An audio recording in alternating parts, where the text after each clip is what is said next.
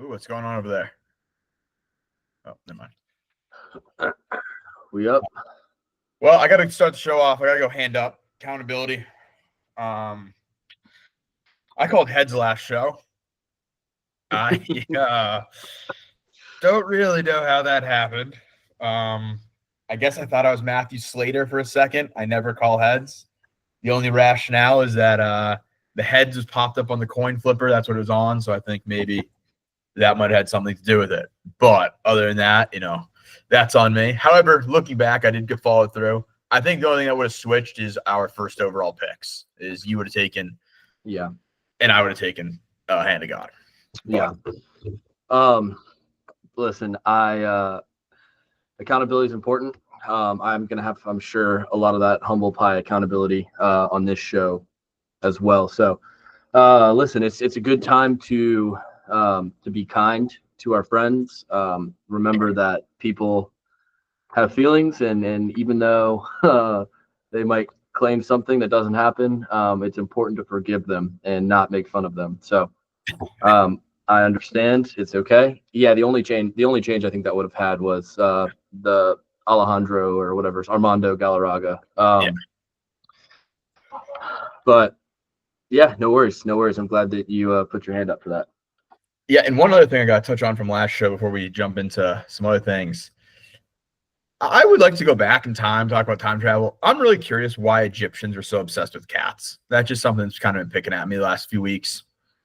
I can't wrap my head around it. It doesn't make a whole lot of sense to me, but I would just like to know. Were there dogs at the time? I don't think there's wolves there, so Well, maybe not. Yeah, would there, I don't know shit about shit, but would there have been dogs in Egypt? I mean, I know Anubis and all those guys look like dogs, so they probably would have had to see them somewhere. They had like foxes. It could be part of a greater conspiracy that we might develop, that maybe cats are actually aliens, and the aliens obviously are who helped build the pyramids. So maybe that's why. Yeah, pyramids are not built by the Egyptians. If you think that's factual, you're insane. You got to read a book. Yeah, I mean, I think maybe cats were brought in the UFOs, and that's how they got here, and they were left as a gift for the Egyptians or something, and then that's why. Yeah, I don't know why cats, because don't they like those weird hairless cats too? I didn't know that piece. If that's true, that's even more concerning. I think that they were big on the hairless cats. Maybe it's an allergy thing then. Okay, no, this cat very much has hair. So what is the hairless cat I'm thinking of? I don't know. It's a Persian cat, I think. Yeah. Okay, yeah, hairless Persian hairless cat or whatever. Yeah.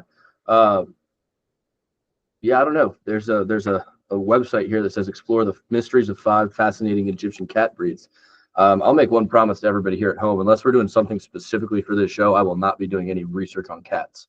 Not only do I think they're the worst, I'm also afraid of them.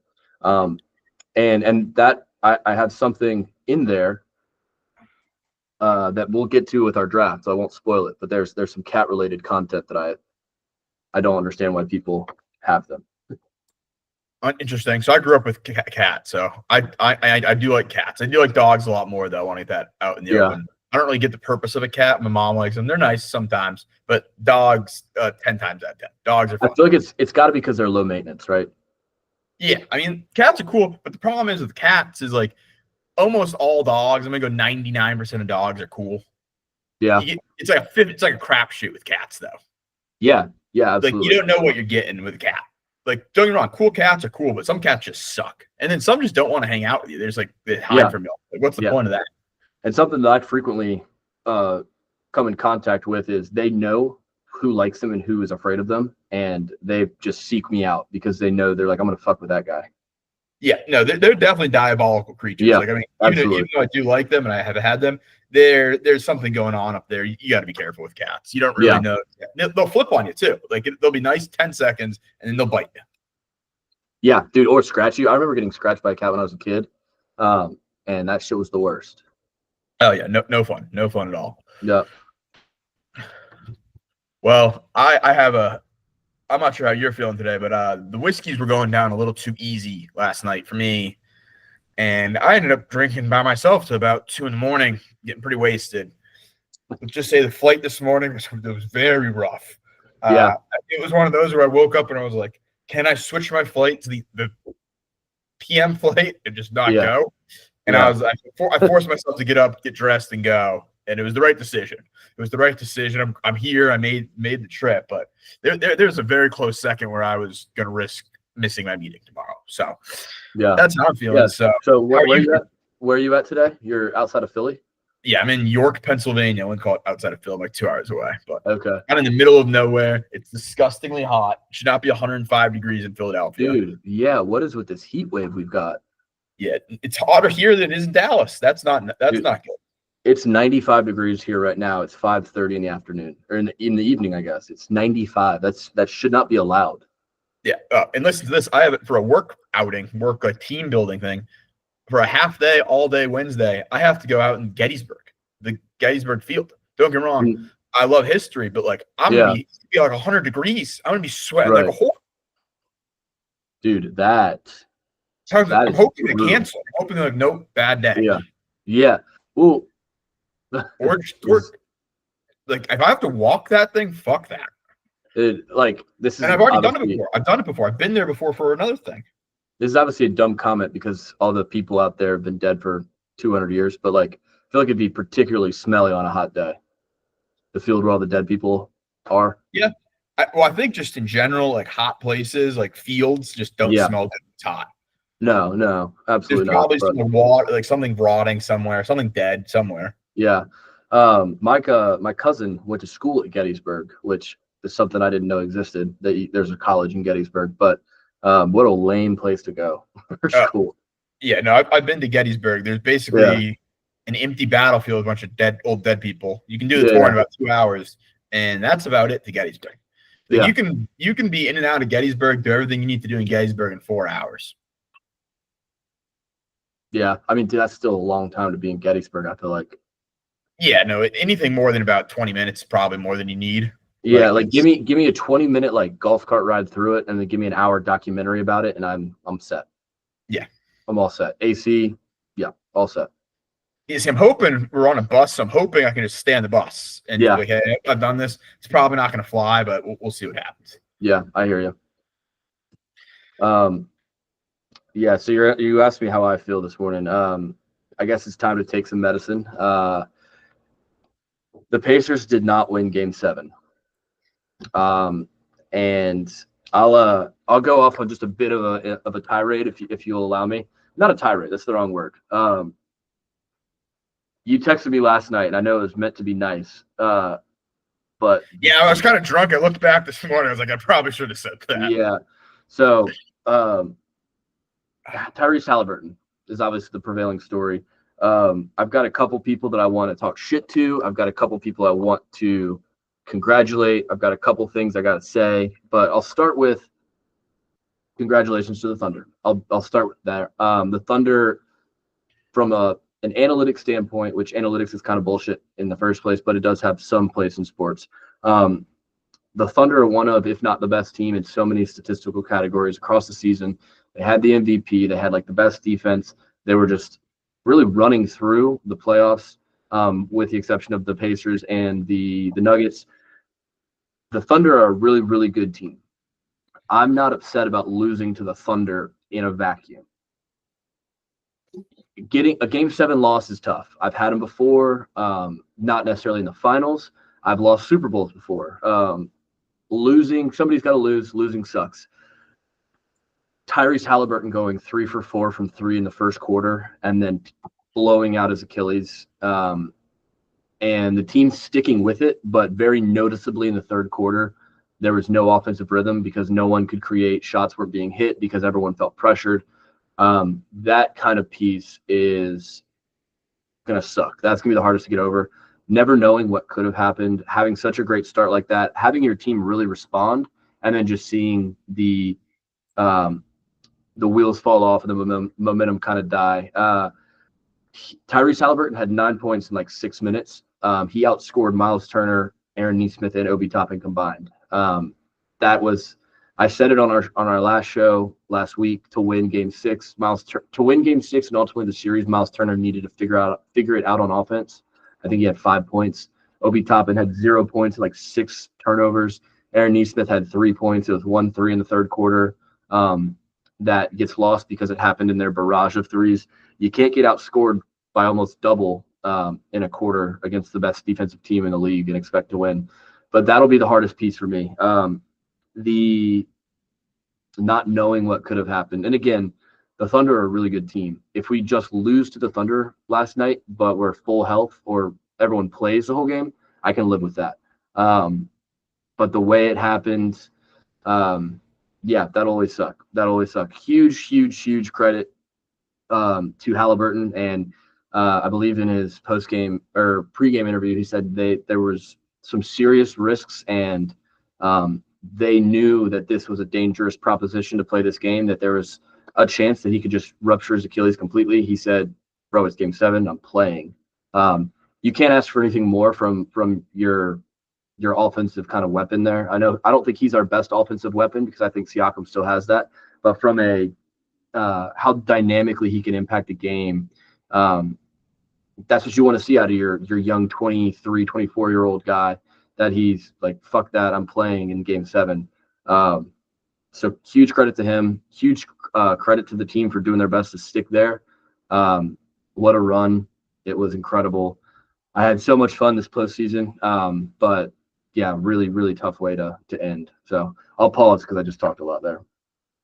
Yeah, I think the biggest thing I noticed was, they definitely had that spark. Right when he went down, it seemed like they rallied around to play. But you kind of tell almost kind of when the second half came out, that spark was gone. It was, hey, we did all we could. We hung around. We gave that, got fired up for him. And then it was just, it didn't have enough of a spark to go through the rest of the game. You could just tell it was like, it was there, but it just wasn't going to come to fruition. Yeah, and a couple of the other pieces, like TJ McConnell had an unbelievable finals. He had an unbelievable game, really, if you look at some of his numbers, but I think he had 12 points in that third quarter and 5 turnovers. Like, those things do add up. And from like 7 minutes left in the third to like 8 minutes left in the fourth, he was the only person to score from the field for the Pacers. TJ McConnell is a like picture perfect spark plug off the bench. But when he's playing 25, 26 minutes a game or in a game, he's not a spark plug anymore. He's just a guy. You could see even like the tremendous respect that Daganall and the Thunder had for him when he started really finding his groove in that third quarter. They brought Caruso back in to like lock him up. And credit to Caruso, he played great. He played great on defense. Fuck Lou Dort. That's another side piece. Lou Dort's too fucking big to be flopping in a finals game. That guy's a huge pussy. I hope he stubs his toe and gets deported back to Montreal. Fucking pussy. Shea played well. I mean, Shea's a beast. Jalen Williams had a good second half. The thing that kills me about some of the coaching decisions, obviously you're down your most dynamic offensive player, so you've got to really rely on your best offensive player. And Pascal Siakam sat for 8 fucking minutes. 8 minutes in the third quarter when the Thunder were running it up on us. 8 minutes. How do you let your best offensive option sit for 8 minutes in a quarter that you get outscored by 14 and the game is lost? Like, every other quarter is close, but you get outscored by 14. TJ McConnell literally is the only person who can score from the field, and you sit your best offensive weapon, the only guy on the team who's been there before, you sit him for 8 minutes. That was just a mind-boggling coaching decision. I just don't know how you can do that. And a guy who's pretty widely regarded as a great coach. So yeah, I mean, I keep going back to Aaron Nesmith, Miles Turner, and Obi Toppin got outscored by Tyrese Halliburton, who played 5 minutes. That just can't happen. I think it also should be said, while I'm kind of ranting here, Chet Holmgren, that guy, fuck that guy, but not in the Lou Dort. Lou Dort, fuck that guy because he's a huge pussy. Chet Holmgren, fuck that guy because, man, is he just so dominant. I think he had 5 or 6 blocks, which you don't see. I mean, he was a problem. Like I said, man, he went beast mode at one point in that game. It was like nothing was getting by him. Yeah, no, dude, he was outstanding. He had at least 1 3. but just played so well.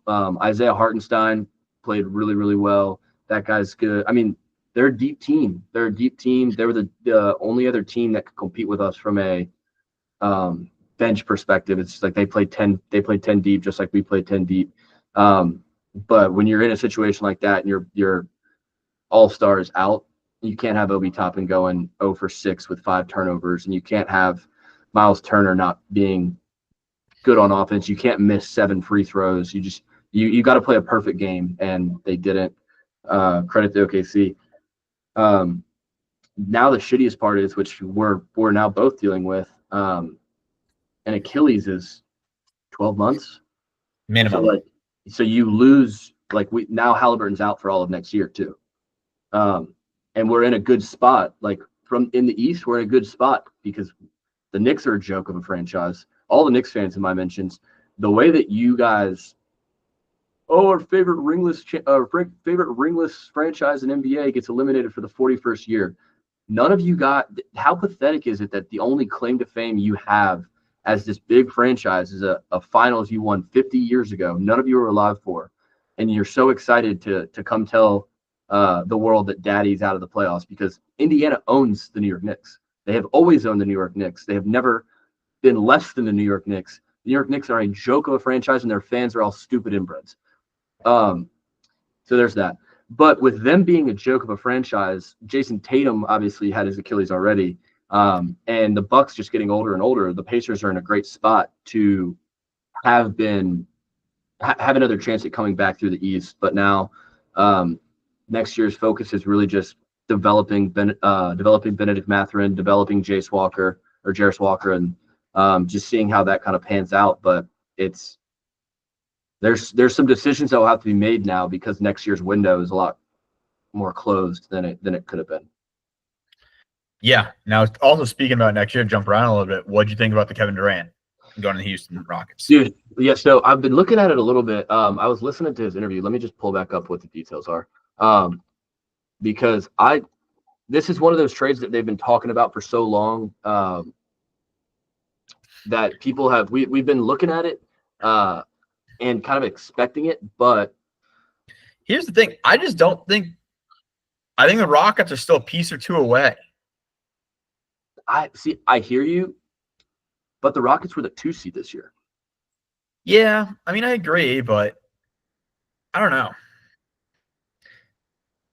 Can you just give me the okay. So do you have the details of the trade in front of you by chance? Yeah, I do. You want to pull those up? Yeah, so shit.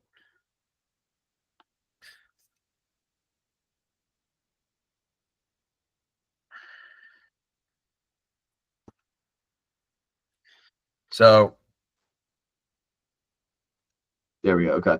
So Jalen Green, Brooks, 10th pick, and 5 second rounders, which is crazy. So okay. Second rounders are mostly useless in the NBA. Those correct. It's kind of a throw in unless you get the Suns won't make all those picks. They'll package those in some way. That said, you can get some good value, like Jokic is. We go back to him all the time. Jokic was a second round pick. Jalen Green, they were ready to move on from. I don't think anyone liked Jalen Green in the Rockets building anymore. Obviously, he was a number 2 overall pick maybe 3 years ago. And he's fine. I think he is going to be better with the team, and he's going to be better in Phoenix, like with a team that's not quite ready to compete yet. They've got Jabari Smith, the guy from Auburn they took a couple years ago. Alpi Sengun is an absolute beast. He's like a Sam's Club Jokic in a lot of ways, kind of a big fluffy European guy that's just good, good passer, good scorer, just good around the basket. Dylan Brooks is a dickhead, but he's a good defender. He's a good 3-point shooter, and he does add value to a team. My gut would be saying, without looking at the numbers, that's probably salary related. But if you look at it, like I'm going back down to I think the Rockets win this trade, one, because the Rockets are competing now. The Suns are not. I agree. I definitely think the Rockets made sense. You're not giving up too much. Well, and okay, you give up Jalen Green, but you get to keep Tari Eason, Reed Shepard, and Cam Whitmore, all young guys that you can build around that are cheaper. Reed Shepard just went in last year's draft. The white kid from Kentucky. I think he's got a bright future. Tari Eason played a lot of really good minutes this year, and then Cam Whitmore is a guy that I still buy in on. I'm hoping that he pans out, and I'm hoping he looks good in this new Rockets team. Ime Udoka, look, maybe a bad guy, good coach. He's just a good coach. He takes teams, makes them better, and competes. I'm interested to see how him and Durant play together. Just because I think Durant's not going to give a fuck what Ime Udoka has to say, would be my guess. But at the end of the day, Durant just loves to hoop, and I think this is going to be a good team. I think Houston won the deal or the trade. I don't think the Suns necessarily lost it though. Like I don't think the Suns got off a huge contract from a guy who didn't want to be there, and they got a young guy who's now pissed off that he got traded and feels disrespected. If you know anything about Jalen Green, you know he thinks he's very, very good. Dylan Brooks is perma pissed off. So like, to be fair though, for Jalen Green, he might be happy to get the fuck out of Houston because Houston I sucks. agree. Houston's a trash city, so Phoenix is a fun place to be. Yeah, you look at it from that perspective. That's true. If you look at that from that perspective, Kevin Durant lost the trade. Yeah. Well, I mean, yeah. Part of me, this probably wouldn't have happened, and for it to have happened, the Pacers would have had to win the championship. So obviously, I like this hypothetical better, but it would have been kind of fun to see the Thunder as the 1 seed, and just completely blow this huge opportunity to the Pacers. I win the championship, that'd be sick. But then you see the Thunder unload some of their war chest to bring Kevin Durant back home and finally do it. That would have been kind of fun. Obviously, that's not going to happen. But it is kind of also funny that Durant and Harden both will have played for the Rockets after going to OKC. That's kind of interesting. But that would have been a really fun storyline. I'm glad he didn't go to the Spurs. I'm really glad he didn't go to the Spurs because I don't want them to fast forward the Wemby timeline prematurely. I think they're doing a good job building. So I'm glad he didn't go there. But no, I'm excited. I mean, the Suns Kevin Durant thing just didn't work. It wasn't going to work. The Suns as a franchise since that finals run have just been like all over the place. New ownership, 3 coaches, like completely blew up their team. I don't know. I don't know if that's what it'll be. I don't think Arizona sports teams really know how to run franchises. Yeah. The Diamondbacks seem to just never be able to finish the deal, apart from like the early 2000s. The Suns kind of same situation. They get close and they collapse. The Coyotes fucking left. And then the Cardinals are just, that's a circus. I mean, part of the problem is you got Kyler Murray running it, but that's neither here nor there. Yeah. No, I agree. I forgot they had I know the Utah Hockey Club's only been around for like a year, but I completely forgot Phoenix even had a team until just now. Very cool. That's how most people in Phoenix felt as well. So cool logo though. Cool logo. Yeah. Coyotes are sweet. But yeah, I mean, I'm excited to see Durant hopefully come back and find some resurgence. But I'm not gonna lie, dude. I'm so basketballed out. Obviously it's because I'm biased and I just had my heart ripped out. But so I'll tell you this is what really bums me now is traveling a lot for work. It's what do I do in the evenings? Like that's the kind of the worst part. Like what do I do? Go to the bar and watch baseball. That's not bad. I mean, there's worse things that could happen. But I mean, unless I'm there and there's someone cool to have a conversation with, you're just hanging out drinking at the bar by yourself. That's not fun. Well, nothing good to watch. There's no juice either, like what you're not going to get excited for game 82 in the baseball season on a Sunday night. Home run, maybe, but like it's not where the whole bar or wherever I'm hanging out is going to get excited together. Right. It's like a spur of the moment. It's not we're all locked in on the game.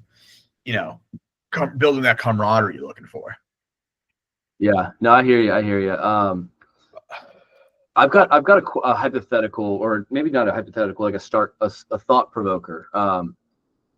All right. TJ McConnell. I'm going back to the Pacers now. TJ McConnell obviously had an unbelievable playoff run. If you watched any of the playoffs like last year, or even watched Pacers games, if you're a Pacers fan, that wasn't as shocking to you because we've watched TJ McConnell, but this playoff run obviously brought a lot more eyes to it.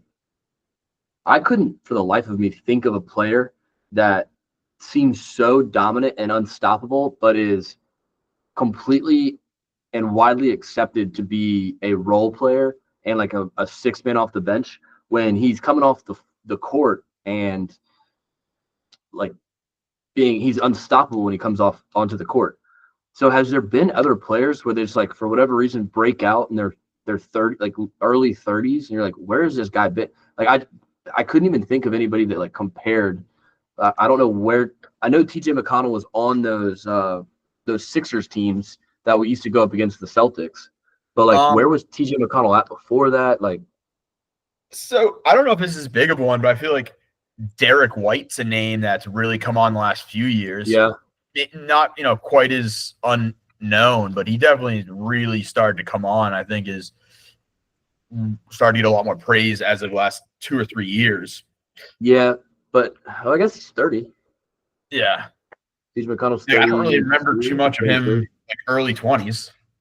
Yeah, that's what I'm saying. I'm trying to. So TJ McConnell's in his 9th year. Derek White graduated the same year I did. How long have I been out of school? So Derek White's probably in his 7th or 8th year. But yeah, I'm sitting there thinking like, why is TJ McConnell just accepted to be this bench guy when he's been so dominant? But then again, after Tyrese Halliburton goes out, you see he's just not ready to run an offense. Yeah, I mean the turnovers were killer yesterday, dude. Across the board too. It wasn't just one person. They just no. sloppy. But yeah, TJ McConnell and Obi Toppin, I think, had 10 turnovers between them. Jeez, you can't do that. Yeah, I mean he was drafted by Philly, so he's spent most of his career with Indiana now. I didn't realize that.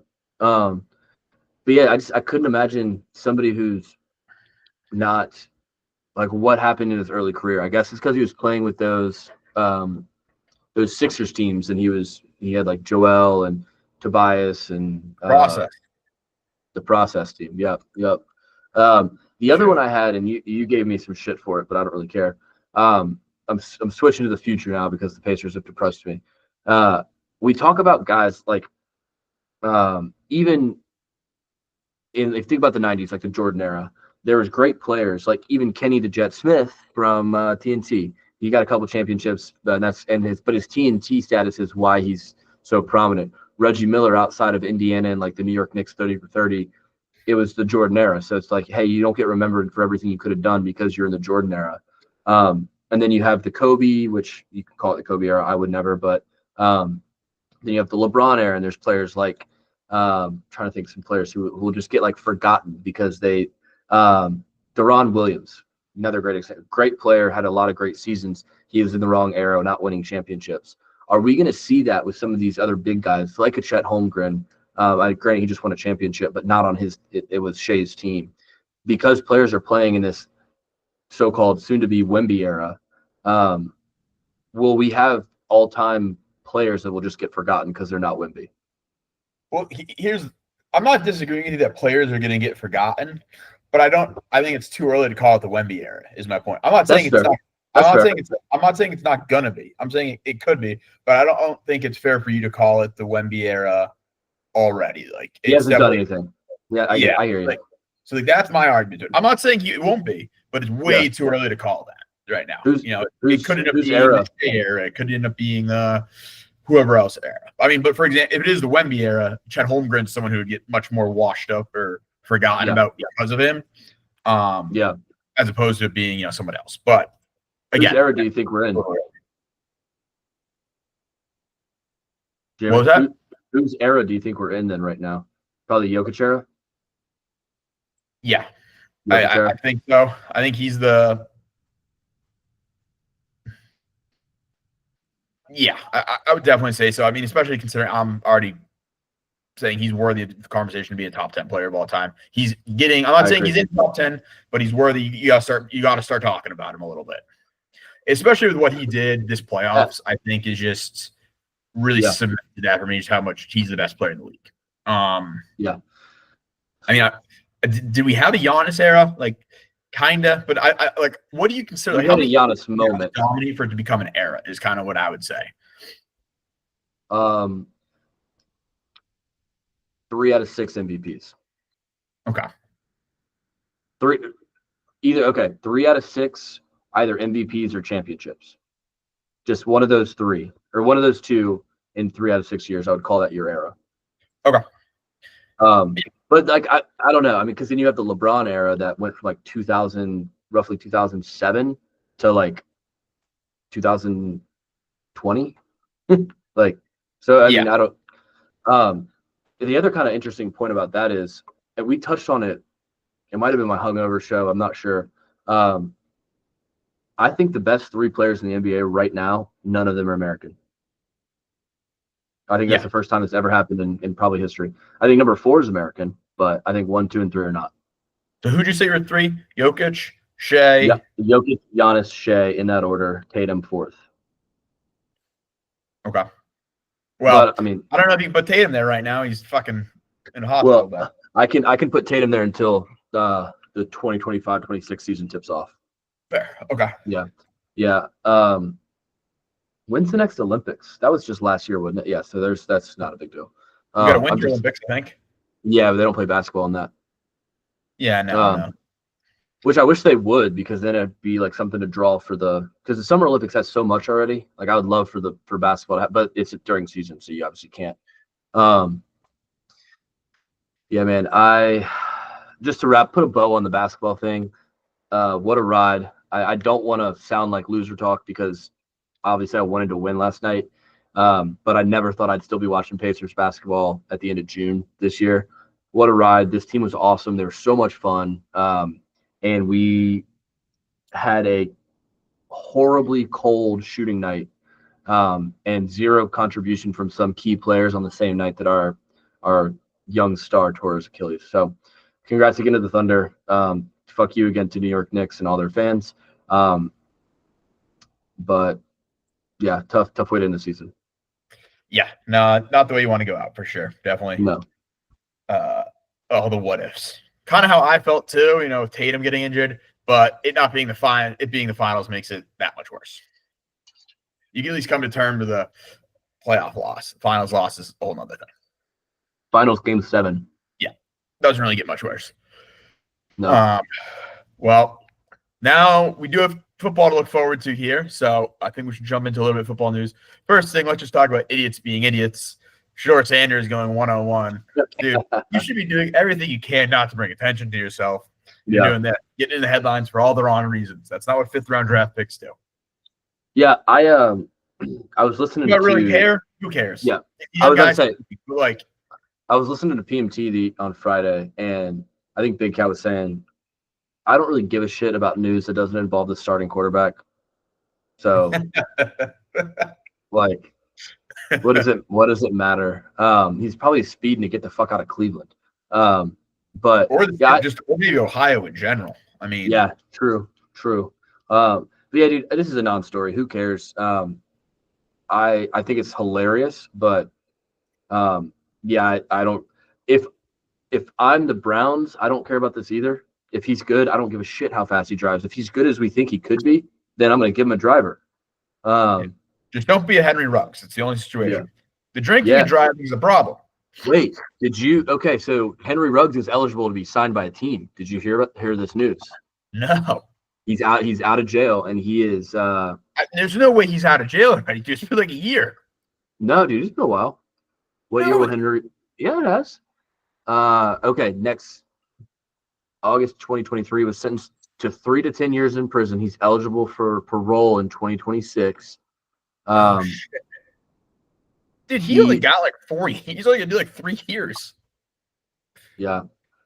Let's see.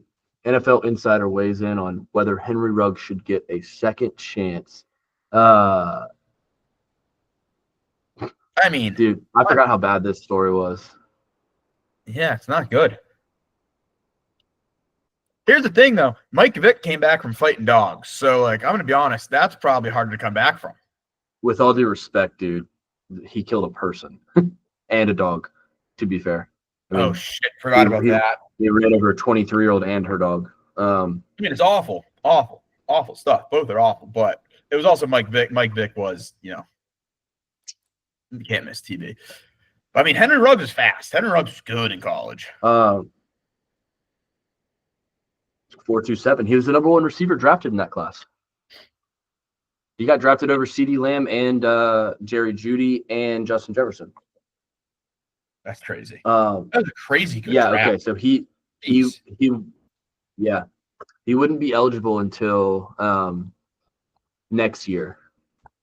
He's eligible for parole next year. I can't believe that was only 2 years ago. That feels like so long ago. I forgot he was drunk. I completely forgot he was. I'm looking at that draft now. I want to see some dudes. I want to name some dudes. But yeah, I mean, how would that be received? What do you think? Skeptically. I mean, listen, he isn't going to get an applause. No, he's not. However, I mean, Nick Saban did go to bat for him, has gone to bat for him behind the scenes. So, I mean, Nick Saban. Oh. Nick Saban's like, hey, obviously the guy made a really bad mistake, but, the whole time he was at Alabama, we had no problems with him, I mean, at the end of the day, it is. He made one really stupid mistake, but at the same time, he also took someone's life away. So it's does he probably deserve another chance? Maybe, but I don't think it should just be handed to him either. Would it feel better, do you think, if he got another chance after doing the full 10 years? Yeah, then I think that's much better. Like 3 years seems a little light for murder. Yeah, I guess technically it's manslaughter, right? But I mean, yeah. I mean, 3 years just seems a little light. 3 years, and then you can go play football next year. Like he'd be in his prime age. The prime age for NFL players is like 28 to 30. Do the Raiders still have his draft rights? Do you drop him on a team with Brock Bowers and Genty? I mean, 1 year from now, that's a scary offense. What do you do? Well, can he still play? I mean, well, he's in jail. He's probably working out all day. He's got nothing else to do. Yeah. I don't know what kind of jail he's in. Wonder if he has. He's in Las Vegas. He's in Las Vegas. He's in some prison in Las Vegas. It looks like. I bet there's some pretty good talent in there, dude. He'd probably train him. Here's the thing. People make stupid mistakes for sure. I'm not defending what he did. I think, you can't put a price on the loss of life. So, however, people in the real world, like when they pay their time after making a big mistake, it's not like they can't ever get a job again. I think maybe it's just like hey, you shouldn't get the privilege of playing in the NFL again. Okay, I get that. But I don't know. I wouldn't want him on my team. But I mean, if he's going to win me a Super Bowl, I'm going to be honest, I'd probably take him. Yeah. Whoa. You know what I just realized? This is unrelated back to the basketball thing. All three players that got hurt, that tore their Achilles in the playoffs, Dame Lillard, Jason Tatum, Tyrese Halliburton, all wear the same shoe, and they all wear number 0.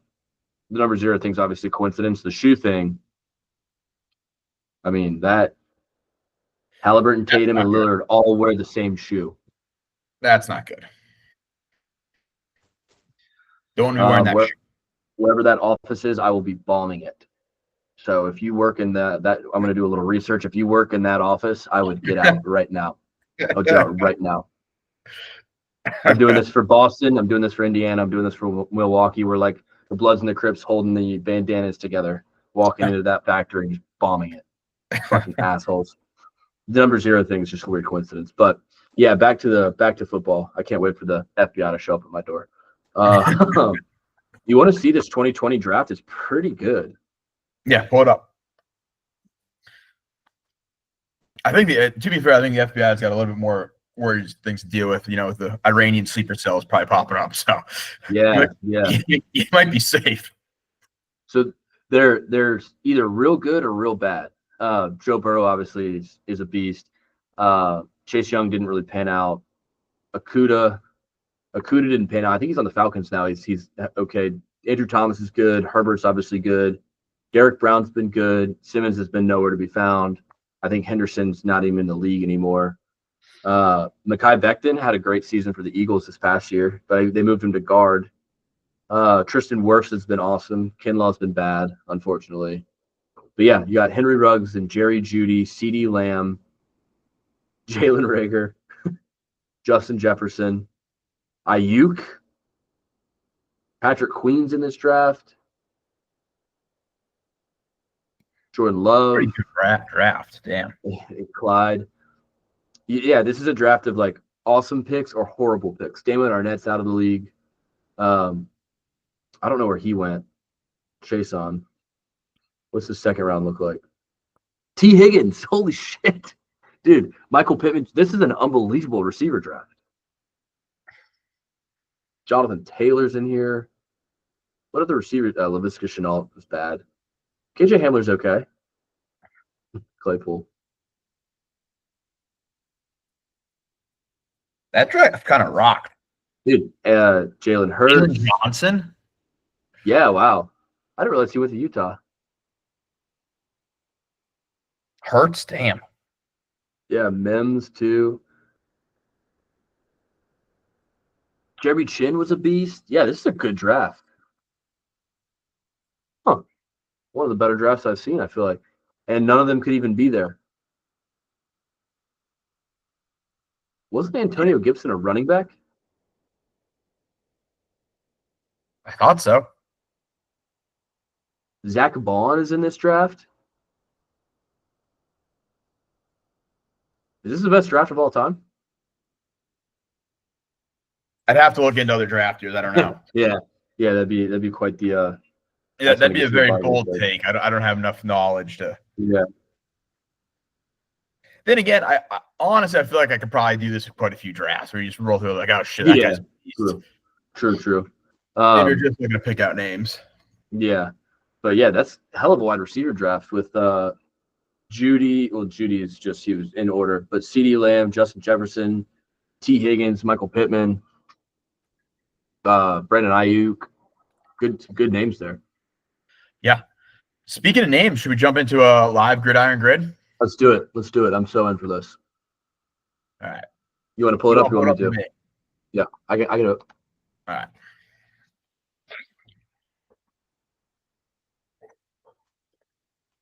All right. It's just pulling up right now.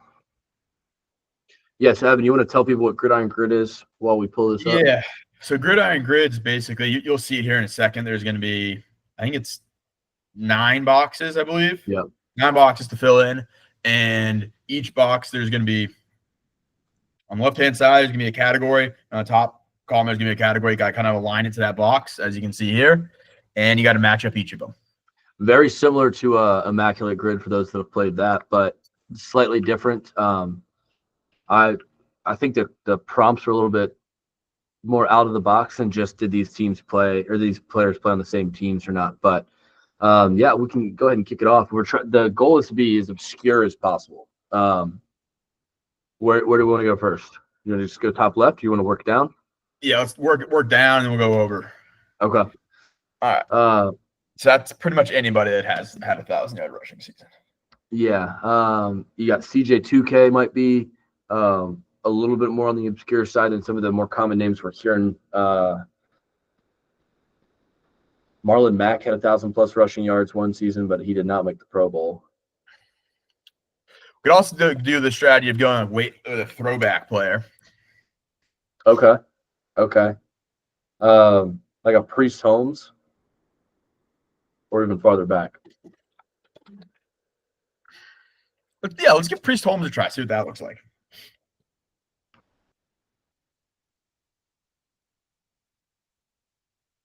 That's pretty good. I'll take that. 0.86. This one's going to be tough. Drafted round 4 or later. I got a really good one for this. James White? Raymont Harris. Raymont Harris. Okay. He is the Patriots running back in 2000. Wow. I have pulled that previously. I like it. I have used him previously for other grids. That's why I know that name. He's one of my Yeah. Raymont Harris, drafted round 3 or earlier, 1,000 yards. Joseph Adai could be here. I like that. I think he had to have had 1,000. But I don't know that he made a. Oh wait, it doesn't matter.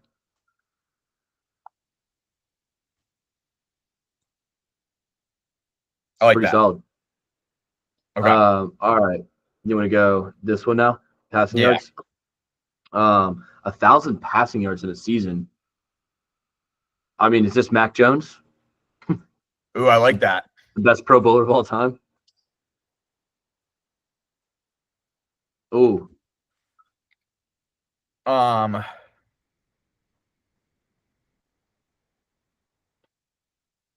about like a Jeff Garcia? What? Tyler Huntley? Did he ever have 1,000 yards? Well, it's 1,000 passing. It's pretty easy if you start. But did he make a Pro Bowl? Yeah, he did. He did. Okay. Yeah. That's more common. What? Damn. All right, let's go and try Jeff Garcia. Yeah.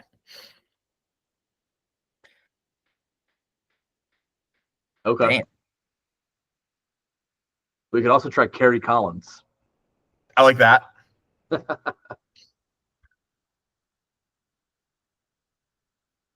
There we go. Nice pull. Okay, well done. I don't even think he made the Pro Bowl for the Giants. I think it was the Titans. Round 4 or later. I mean, there's an obvious one here. Yeah, I bet that's the number 1 overall pick. Yeah. They're about how about a Matt Castle? Oh, good one.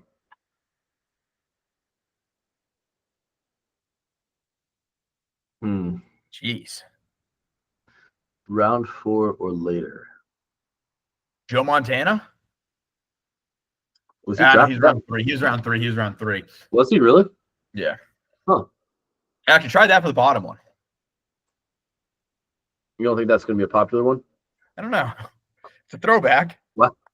That's crazy. Matt Castle's a more common answer than Joe Montana. Is insane.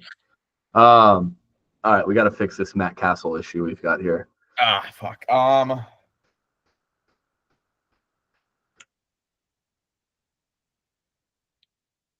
What about like Kirk Cousins? All right. I feel like he's going to be more common. Yeah, a little bit.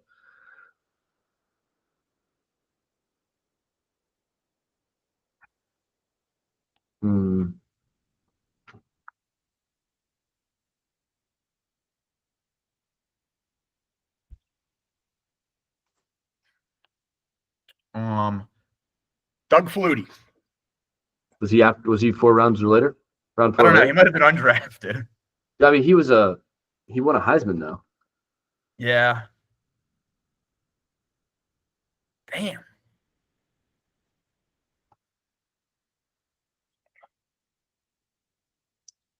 It's literally anyone that's drafted.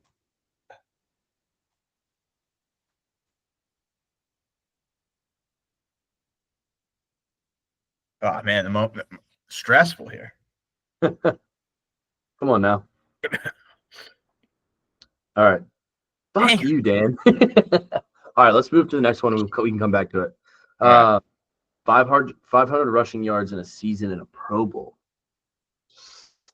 What about like Peyton Hillis? Yeah. Rock that. He's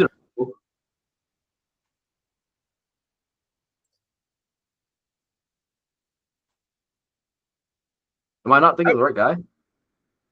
The Browns running back, right? Yeah, he was on Madden. He won MVP, I thought. No, it's not true. He's won MVP.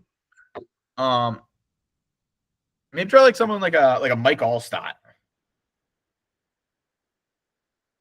Like there's so many people here.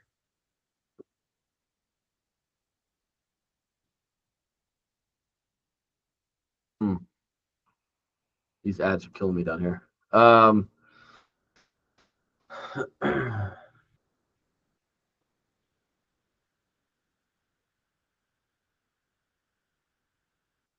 Drafted. Okay. Pro Bowl running back. What about this one?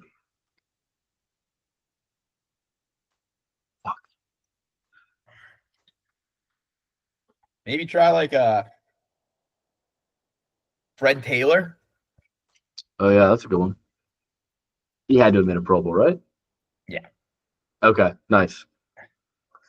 I got one for this. Another Colts guy.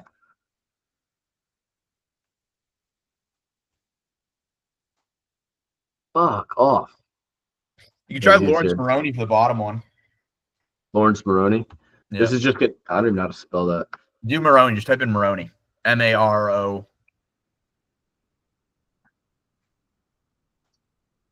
Nice one. Maybe Marlon Mack was drafted in the round 4 or later. We got 2 yellows though. We can try to fix him, I think. You want to fix him?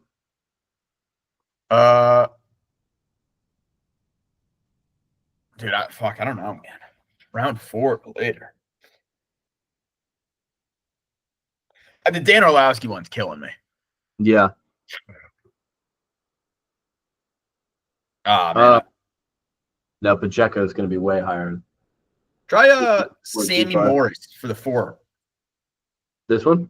No, right, running back. He's a running back. Sammy Morris?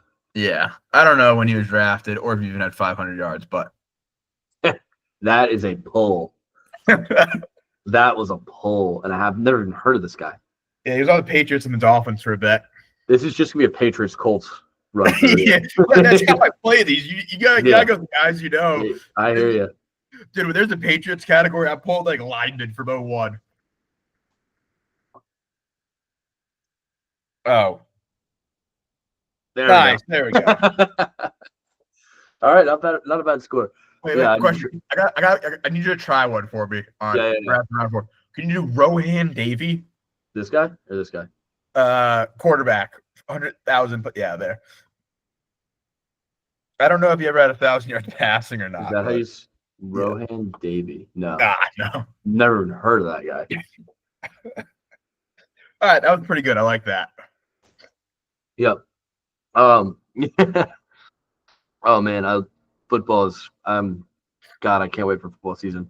I can't wait. As I've told you, and we've talked about it a little bit, but obviously there probably won't be a show next week. I'm going on vacation to Spain. Perfect timing to go on vacation. Perfect timing to go on vacation right after your team loses a tragic heartbreaker in Game 7. I'm going to have no access to media from this country, which is going to be awesome. But the second I get back from that, midway through beginning of July, training camp, people starting to report. They're gonna start sending out the ads for Hard Knocks. And man, I'm gonna be itching for football to be back. Oh yeah, I'm already itching. I am. Yeah. Since the Celtics have been out, I've been kind of starting to really consume. I've been pretty deep. I haven't really dove too deep into the NFL quite yet. I've been very deep in my college football grind lately. Yeah. I'm getting way too hyped about the South Carolina Gamecocks. I'm in national championship or bust mood, and when they lose week 1, it's gonna break my heart. But they're not gonna this year. This is gonna be the year they just do it. You wanna go through a little over under on their schedule? Yep, let's do it.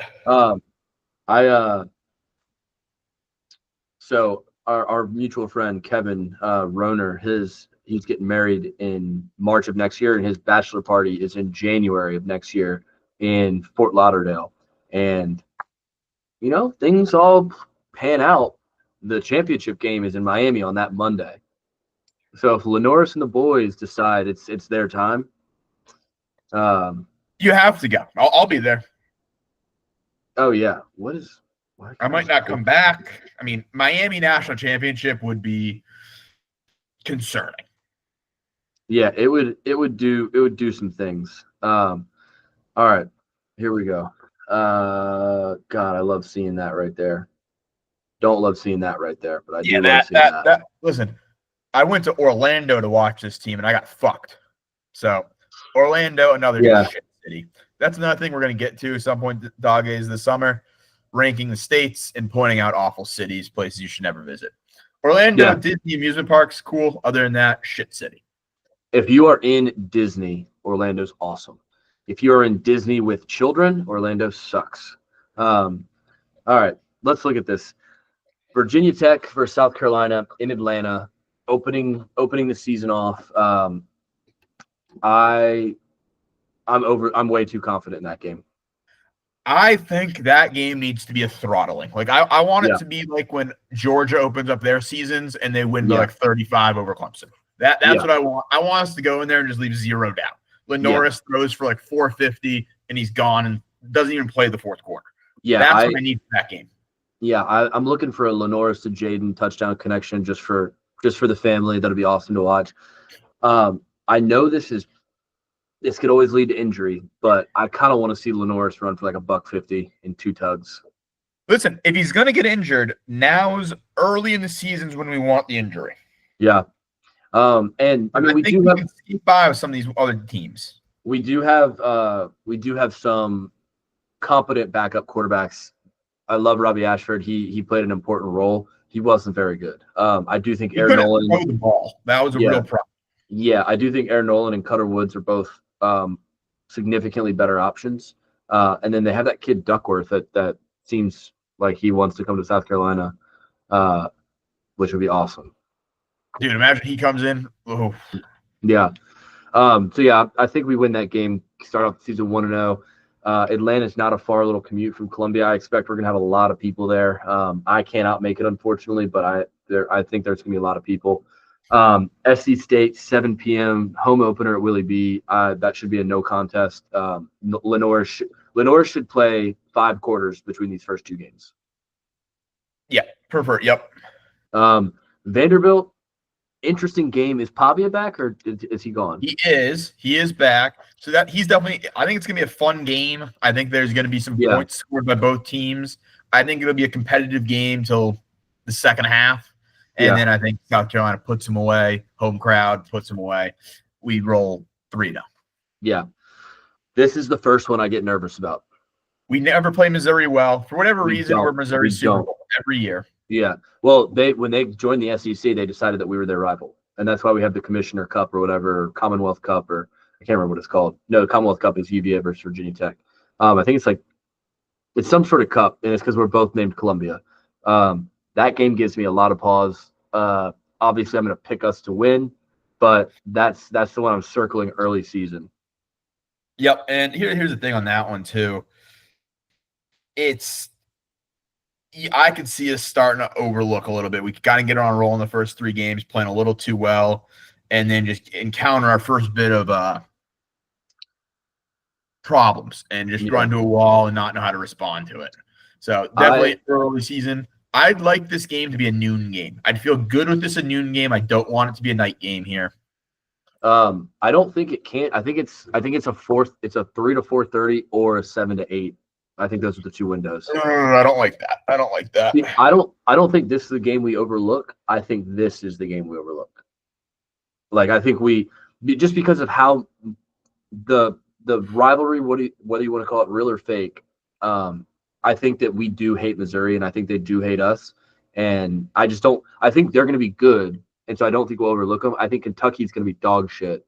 And if we ride into Kentucky or ride into Willie B against Kentucky 4-0 with LSU revenge game circled, that is a trip. That's a trip spot. Yeah. Here's what I think saves us being a home game. I think that being a home game is going to help us prevail in that one. If that's an away game, I'm a lot more worried. Yeah, no, I hear you. So are we going 4-0? Rolling Baton Rouge 5-0. We're rolling into Baton Rouge 5-0. I'm good with that. Where do you think Nussmeier's back? They lost some offensive linemen, but we lost some secondary, and we lost Kennard, and we lost Debo. We lost our whole linebacking core pretty much. We lost Kennard. We lost Eman Worry. Did we lose Jelon Kilgore as well, I think? Nope, Kilgore's here. Okay. Who else? Who's our other? Oh, Fortune. Fortune. But we lost a lot of defense. Here's the thing. I think our offense is going to be the best it's ever been. This game is going to be if it's under the lights in Baton Rouge, I don't like it. It's not. No. We'd have to get super lucky. It is. Listen. It's going to be a night game under the lights. It's just what's going to happen. It is what it is. I think we lose. I'm going to give us 5-1. Okay. However, I do think Lenore Sellers outplays Garrett Nussmeyer in this game, and it's just night game at Baton Rouge gives them an extra 10 points. They're starting this game up 10 points. Yeah. I think we lose by 7. Gotcha. Yeah. I mean, look, that's a tough place to go play, man. I'd love to go to that game, but we'll get to the game we're going to later. But Oklahoma, not worried. I'm not. I'm sorry. Brett Venables is a dumbass coach. Their quarterback is going to have another year under his belt. I just don't think that's a good team. They should be healthier than when we played them last year, and they're obviously going to want some revenge. It's still Oklahoma, but I'm getting. Go ahead. Also, shout out to the wonderful people of Norman, Oklahoma. Yeah. We did walk into your stadium and dog walk all over you, and we were 4 minutes late and we were already up 7. Yeah. I when people ask me how that game was, I remember saying, like, I'm glad they scored at the end so I could see the Boomer Schooner go through. Like, I would have been bummed to not ever see that. Yeah, I mean, I think we beat them 32-9 or something crazy. And it was like they threw 3 interceptions in like a minute. It was just our defense basically. It looked like we were playing a high school football team on offense. Their offense was incompetent. Yeah, I think in the first quarter we had a pick six, a scoop and score, and either another pick or another scoop. And another interception. Yep. Yeah. That was the most fun game. Had we beat LSU last year, that would have been the most fun game I've ever been to. But that was the worst day of my life. So I don't need to relive that one. That was miserable. Oklahoma, yeah. So I'm giving us 6-1 there. This is where the teeth of our schedule starts kicking in. I'm assuming this team, and this. I'm assuming 4 of our last 5 are going to be ranked opponents. At least 3 of those last 5 will be ranked. Yep. Alabama, I will be in attendance in Willie B. I'm trying to secure some box seats for me and the old lady, but I don't know. I don't know what Alabama has coming back. I do think another year under DeBoer is good for them. I think DeBoer's a good coach, but I don't know who's playing quarterback. Yeah, that's their big question mark this year. It's that new guy. I forget his name. Yeah. But I think this is a win for us. I think we are starting to rock, and I think we're starting to play our best football at this time. I think this is going to be the fair game as well, if I'm not mistaken. Yeah. We always show out for the fair game. I will also be in attendance. Nice. Real excited for that game. I think it's a time. I want this to be a 3:00 game. Is kind of where that's where we play Alabama best, 3:00. So not under the lights game. I want like a 3:00 game. Yeah, I think this is another game. I think LSU, Auburn, and then this next game we'll talk about, Sellers has circled. I am nervous about this game. It's still Alabama. I don't think we've beaten them since Steven Garcia in like 2010. Shout out. Yeah. But yeah, I like that. I'm giving us the win there too. I think we are going to walk into Oxford and stick our dick in Lane Kiffin's mouth for this game. I think they had a revenge game. Yeah, I think they had one of the best teams, if not the best roster last year in college football. Lane Kiffin is a good coach. He's not a great coach. And I just don't think that I don't know who's playing quarterback for them after Dart's gone. They lost a bunch of offensive weapons. They'll still have Juice Wells, I believe. So people are still going to hate them for that. Or did he come out of the draft? He's gone. Juice Wells is gone. Where did he go? Is he still in college football? Who knows? I mean, his biggest regret of all time is leaving South Carolina. It's got to be. I mean, he's a legend. He was my hero when he got that first down in 2022. On that incredibly hard play. He's on the Giants. Yeah. Juice Wells went from like Gamecock legend after 1 year to pariah, and he's now at a point where all 3 schools he went to hates him. Yeah, he sucked after he left. Like, he was just not the same player. It's terrible. That guy's a clown. Big Lou Dort energy, that guy. Huge pussy. he's someone I'm not going to root for him to get injured, but if he did, I'm not going to care. No. The best thing I saw all of last season was Nicky Manwari post Judas Wells on his story. That was awesome. This game, so yeah, what are we rocking through? Are we like 9-1 or 9-1? 9-1. 4, 5, 6, 7, 8, 9. Yeah, 9-1. No, 8-1 going into A&M. Gonna be a tough one. This one's gonna be hard. A&M, we have their number when we play them at home. They have our number when we play them away. Not rocket science there. Home field advantage matters. Evan and I will be in attendance for that game. Never been to College Station, so shout out to the people in Aggie land. Would love to connect, see where y'all are, where the best spots to go out would be. But yeah, I'm middle nowhere. I know, but I'm kind of in for that vibe. I like that's why Norman was so cool to me, is because Oklahoma City's right there. It's not that far. We stayed in Oklahoma City. It was 20-minute Uber. But like once you get to Norman, it's just campus. Like that's cool to me. I love that. So I'm excited to see. Like not only were the people in Oklahoma super nice, super accommodating, it's a cool campus. I enjoyed spending time there. I'm hoping for very similar with Aggie land. I think they'll be a little bit more hostile than the Sooners. Just first time South Carolina's ever played Oklahoma, I think. So obviously there's just no rivalry there. There's no bad blood. But I think after what we did to them last year, I think they're going to be pretty pissed. I think it's going to be a fun game. And they're building around Marcel Reed. Is that right? The quarterback from the guy from last year. Yeah, and I just don't think he's that good. I think huge check mark to Lenore Sellers in this game. See, that's what I love about looking at our schedule. I know we're going to have the best player on the field in every game. Only game where I'd argue there's a potential you could make a debate is LSU and Garrett Nussmeier.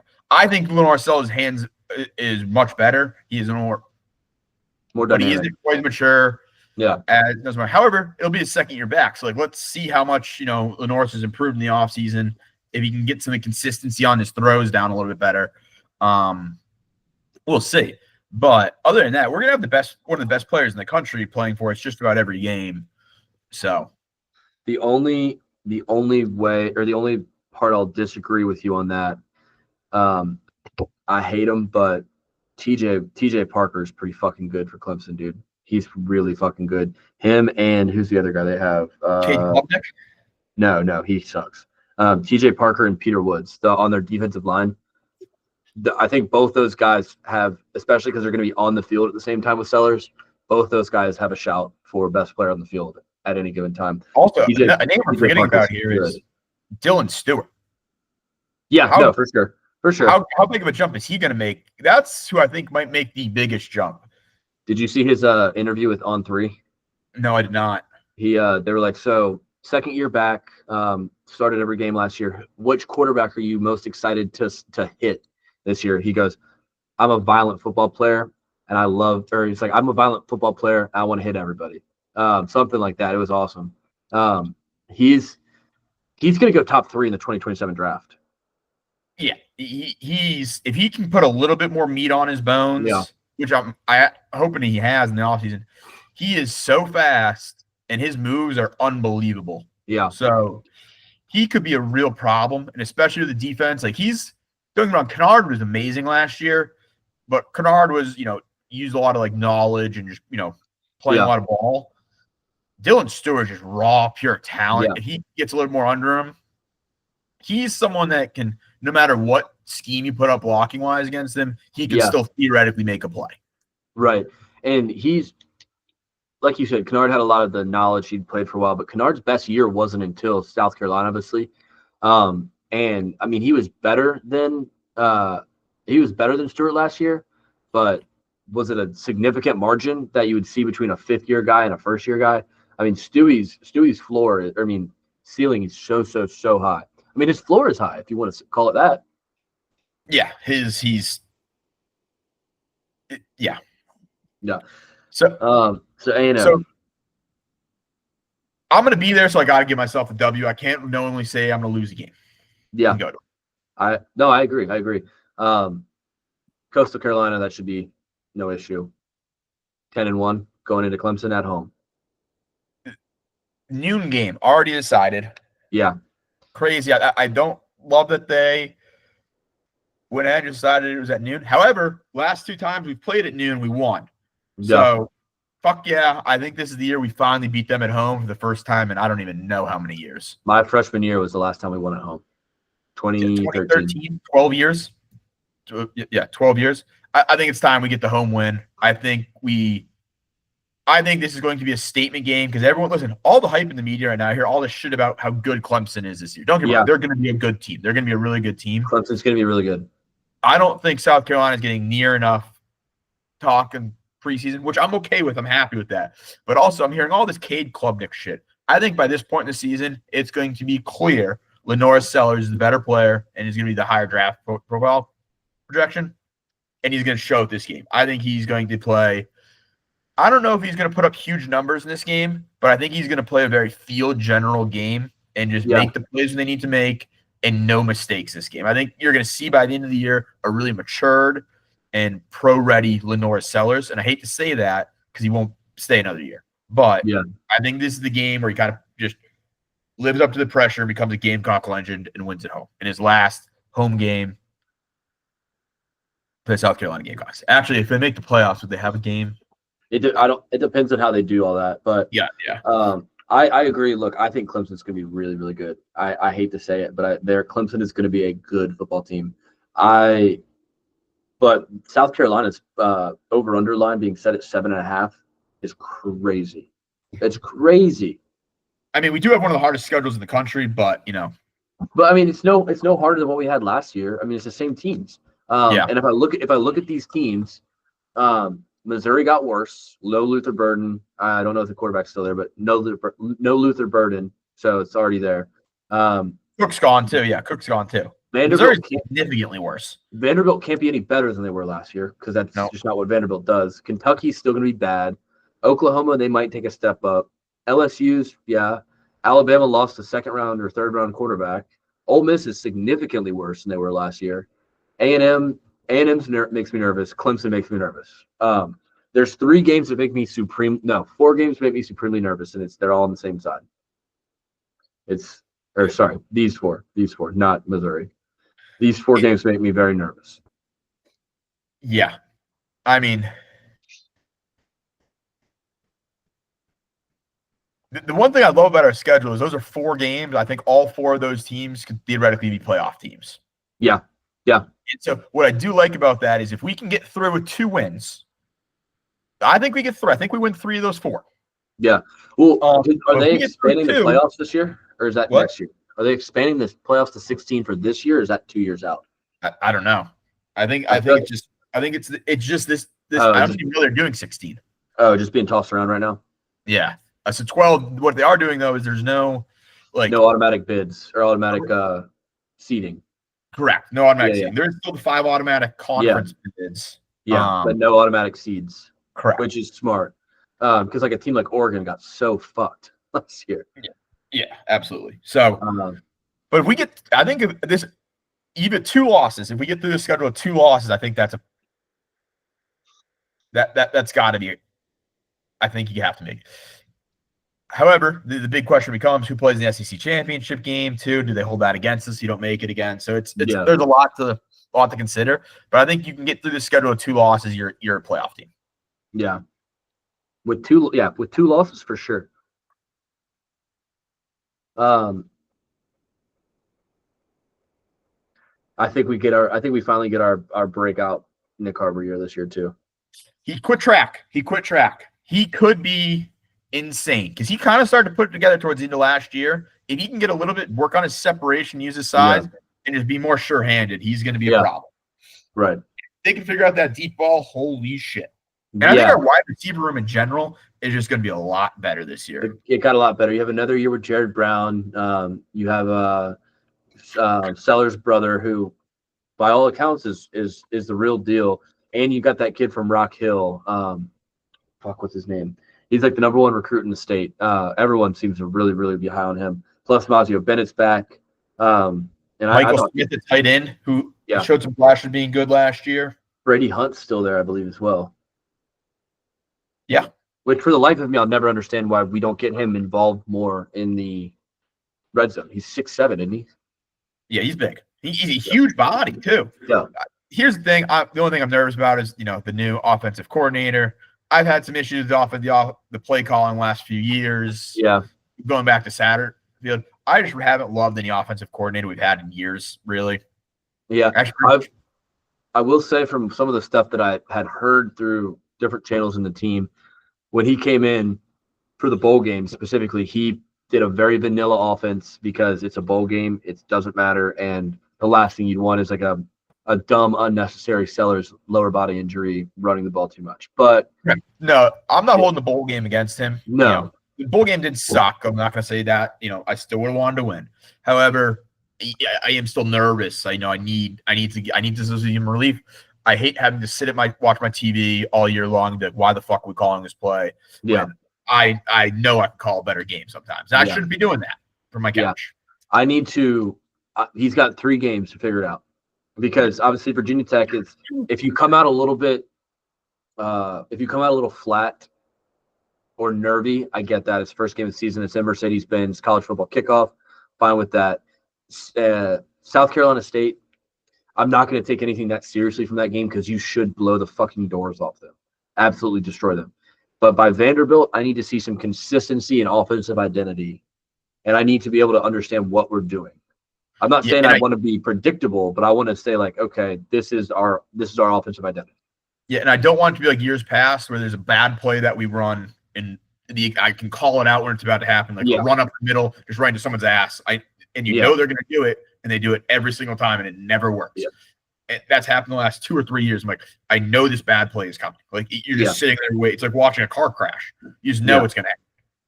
I agree. I can't have that anymore. I need, like you said, I want an identity, but I also want to be, making the right play calls, not trying to make stuff that clearly doesn't work. It's just not. There's no need to do that. Right. I agree. God, dude, this got me fired up. I can't, like, for all the people that are early adopters and listening to the show, I know there's like 3 or 4 of y'all. We appreciate you. The football is where we really love to talk ball. We pay a lot more attention to it. Basketball, obviously, this year my team was in it. Hockey, it's entertaining, but I think that the difference in intelligence that you'll witness and you'll hear when we really get into pigskin season is gonna. Also, we're a lot more passionate about the football too. Like, right. Like, if our teams lose, like, it's gonna ruin weeks. Like, I will.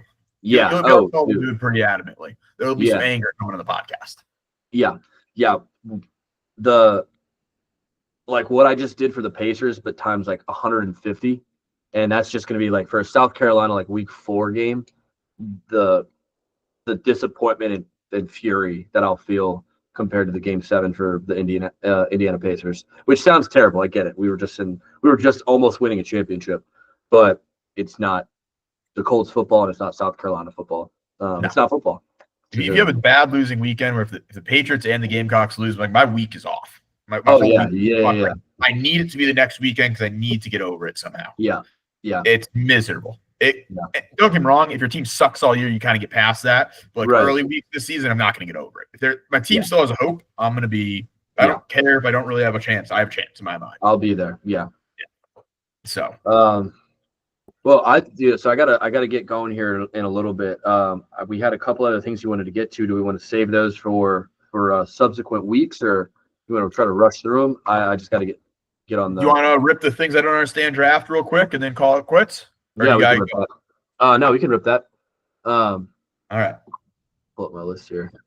So since my blunder last week, I got one more fucking thing that I've got to get off my chest. Skip Bayless, you stupid motherfucker, you stupid piece of shit. Did you see what he was doing yesterday?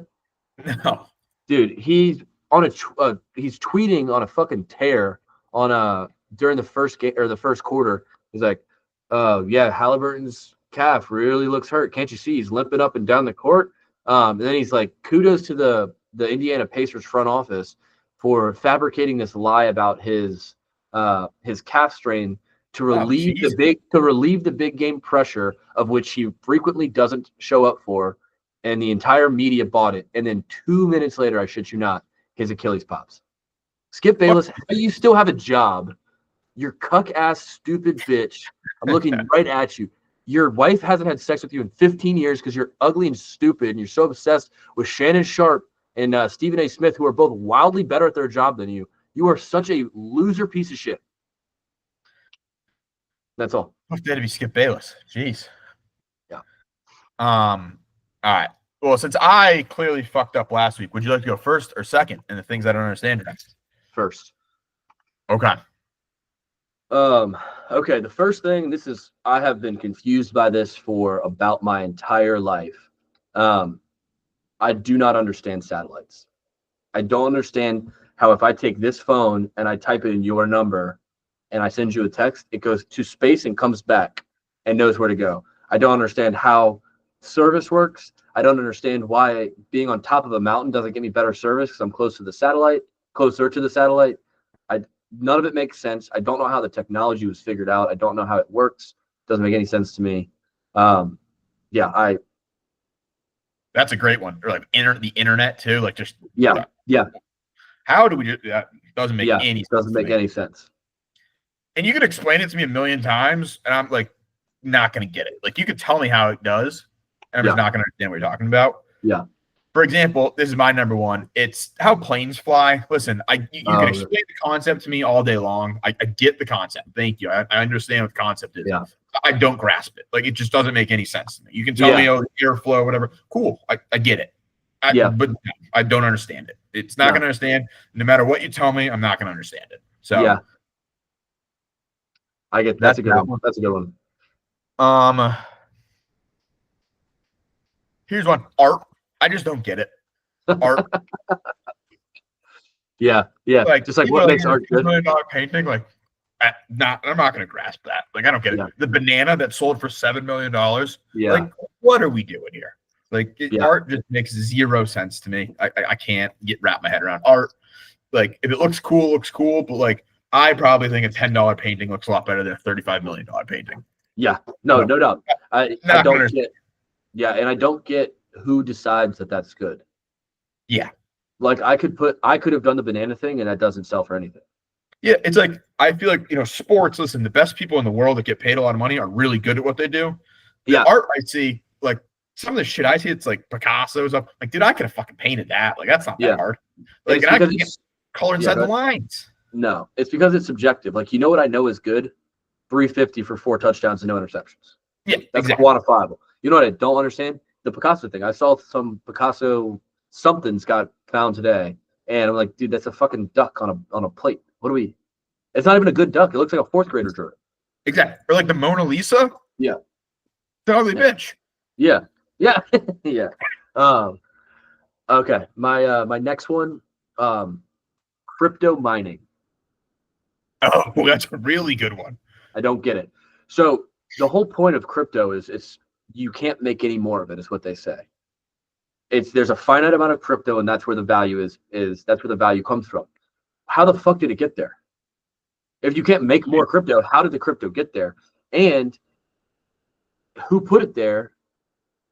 And how are we now? We have all these different coins. Like that's another thing too. Yeah, where are all these other coins coming from? Are we just making them up, and then does someone find them? Like, how did we just find crypto and then named it that? Or like, I don't get it. Yeah, you can't tell me that there's a finite amount of something that didn't exist until somebody put it there, because clearly it's able to be created. Yeah. This one is much less serious than some of the other ones. Those new like Dyson fans that don't have blades. How the fuck do they blow cold air? They don't have blowers, and they don't have fans. It's just like a circle, and it doesn't make any, like, where's the air coming from? How is it being produced? That's a good one. Yeah. Some of the inventions nowadays boggle my mind. Yeah, like robot things. Oh god, dude, don't even get me started on robots. Here's one: gravity/tides. I just don't really grasp that. Yeah. Like, why is the water going in and out? I get it has something to do with the moon. Like, why is that controlling it? What was happening before the moon? Like, why? I think the moon's always been here. Like gravity, like I don't know. Yeah. And then back to plane things. How are we fighting gravity? Like, it's just that whole concept. It just. Seems like that's a good one. Things should be floating away. Certain things float. Other things don't float. Like, it just doesn't make any sense to me. Right. I know it's some type of force and something, but it's just not. Yeah. Logical. What's your next one? Here's another one: politics. You know, like just politics. Like Just in what? general. Like you're arguing over dumbass shit. Like I don't really think anyone cares. You're a career politician. They're just doing stuff for money. It's like you don't really believe in these things realistically. Like Donald Trump is not a politician. That's why he's so different. Everyone was like, oh no, we have to bicker over all these things. Yeah. However, with that being said, a caveat, I think I missed my calling. I think I would have been a fantastic like lobbyist. Like I'm definitely very morally corruptible. It's like you just throw me some bribes and stuff. I could go out, entertain some politicians, and have a great time. I'm so easy to blackmail. Like not blackmail, you just bribe me. But after I bribe you, I blackmail you. That's how it usually works. Yeah, that's fine. Whatever you need from me. Yeah. Like I'll slip something to a governor. Yeah, I'll get some votes changed. Absolutely. Yeah. Definitely would have loved to do that. But past life probably would have been a lot of fun. Probably would end up in jail too. But neither. Yeah, I hear you. But politics. I just don't grasp how that's a real thing. I get what we're arguing over, but like how you have to align with certain stuff doesn't make sense to me. No, that's a good one.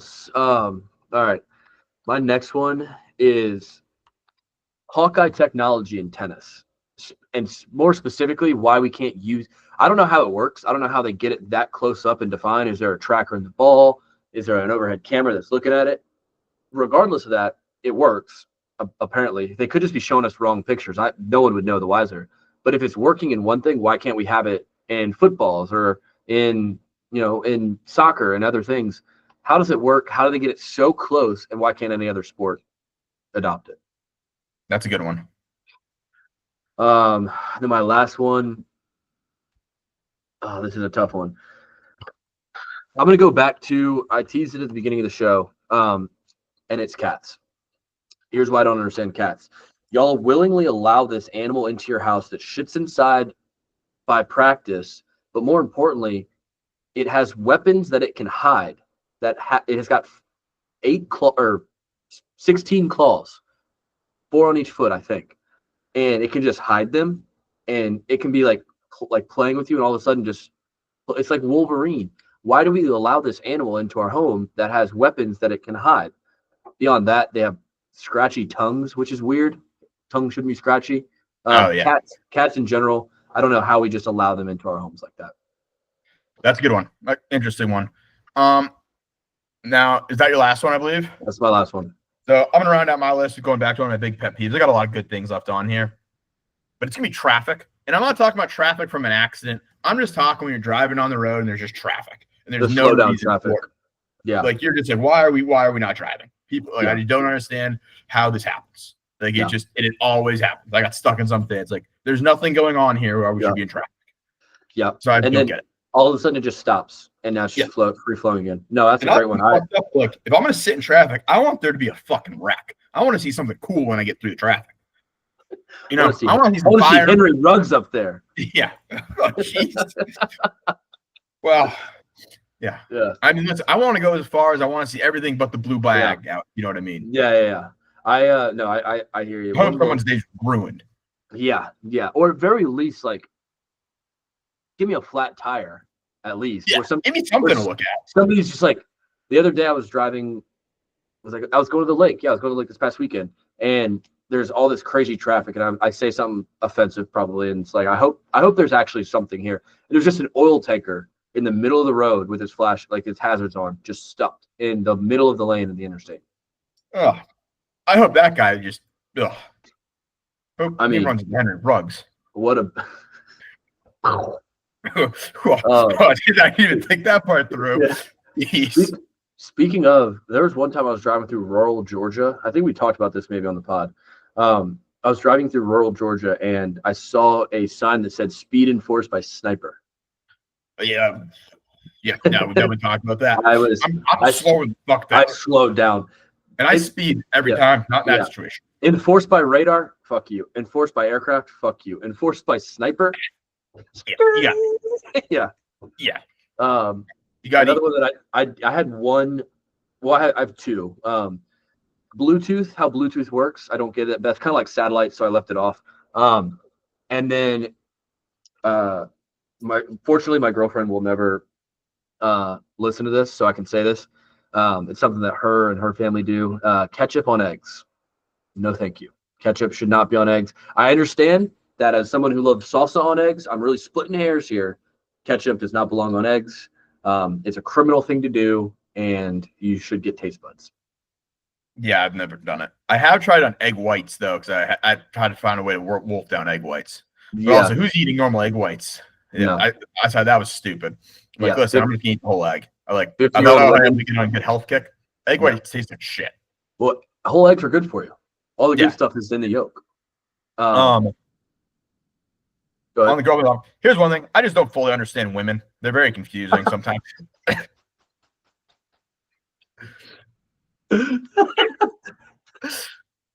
But no one does. No one does. Like, it just, I don't really think they're meant to be. It's just like, I'm like, eh.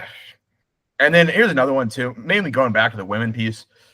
It's girls that like love just like climbing on their boyfriend in public, and it's like excessive physical touching. Listen, I like physical touch, like hand holding and cutting. I'm talking when you're like climbing on his lap in like a public setting. Yeah. It's like, what are we doing here? Like, this is getting a little much for me. Yeah. Like, take it home. Don't understand when some people feel that need. Yeah. Calculus, there's no need to do calculus. Calculus is tough. Yeah, you have a theme in some of yours. Oh, here's another one. I can't believe I left this off. Fuck, what a blunder. I just can't believe I missed this. How they build tunnels under the ocean.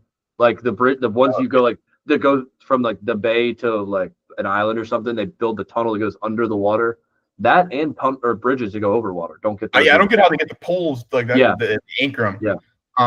Yeah. Or like they laid all those all the wires that connect for the internet. All the wires that go through the ocean for the internet. Don't get that.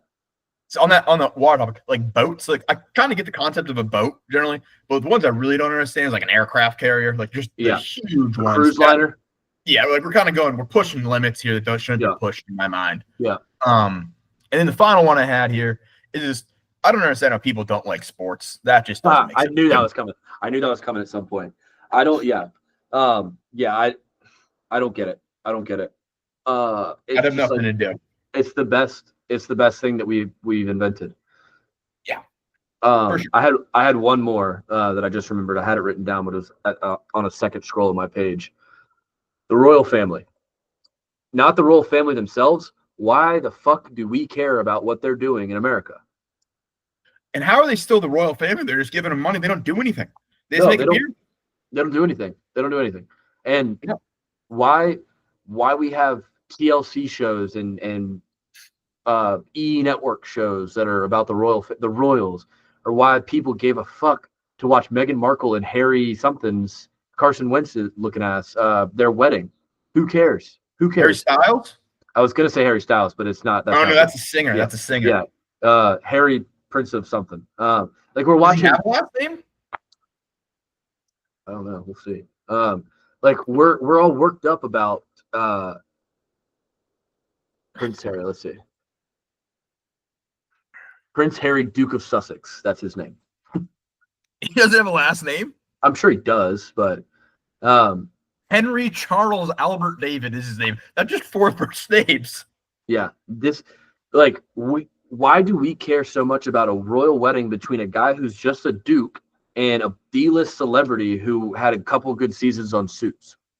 A show that was really good for 3 seasons, and then it just kept repeating, and now they're doing the same thing in LA. Also on the Duke thing, fuck Duke, especially the Duke Blue Devils, but I'm out on Dukes just in general. Fair enough. Duke uniform. I'm in on the Duke Blue Devils football team. I don't really care about the rest of them. Yeah, well, you got family relations, so yeah, I don't really care about the football. It's more so the basketball team. I don't like. Speaking of Cooper Flag going to your Dallas Mavericks on Wednesday, thoughts? Hey, it'd be exciting to go see him next year, right down the road. So that will be fun. So definitely get to check that out. Well, I don't have anything else. You got anything else for us? No, I don't. I gotta split here. All right. Well, hey, great talking as always. Have a lovely time in Barcelona, and we'll catch the people when you get back. Thanks, man. Yeah, excited to talk pigskin when we get back in July. Give a couple updates on what I saw, a couple updates on what I ate, and I will be buying fireworks somewhere so I can shoot some shit off for America. But love that. Awesome. Yeah. God bless. All right, man. Have a good one. Peace. Peace.